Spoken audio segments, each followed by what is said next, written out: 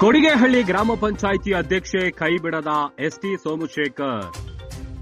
ಅವಿಶ್ವಾಸ ಮಂಡನೆ ಮಾಡೋದಕ್ಕೆ ಹೊರಟಿದ್ದಂತ ಸದಸ್ಯರ ಪ್ರಯತ್ನ ಏನಿದೆ ಅದು ವಿಫಲ ಆಗಿದೆ. ಅವಿಶ್ವಾಸ ಪರೀಕ್ಷೆಯಲ್ಲಿ ಪಾಸ್ ಆಗಿದ್ದಾರೆ ಅಧ್ಯಕ್ಷೆ ವಿನೋದ ನರಸಿಂಹಮೂರ್ತಿ ಅವರು.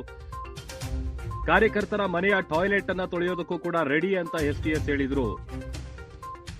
ಯಾವ ಸಂದರ್ಭದಲ್ಲೂ ಕಾರ್ಯಕರ್ತರ ಕೈ ಮಾತ್ರ ಬಿಡಲ್ಲ ಅಂತ ಭರವಸೆಯನ್ನ ಕೊಟ್ಟಿದ್ರು ಎಸ್ಟಿ ಸೋಮಶೇಖರ್.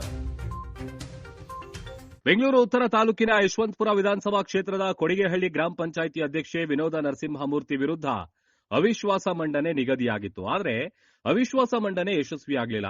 ಆ ಮುಖಾಂತರವಾಗಿ ಶಾಸಕ ಎಸ್ಟಿ ಸೋಮಶೇಖರ್ ಅಧ್ಯಕ್ಷೆಯ ಕೈ ಹಿಡಿದಿದ್ದಾರೆ ಎನ್ನಲಾಗಿದೆ. ಈ ಹಿಂದೆ ಅಧ್ಯಕ್ಷರು ಎಲ್ಲಾ ಭಾರವನ್ನ ಸೋಮಶೇಖರ್ ಮೇಲೆ ಹಾಕಿದ್ರು.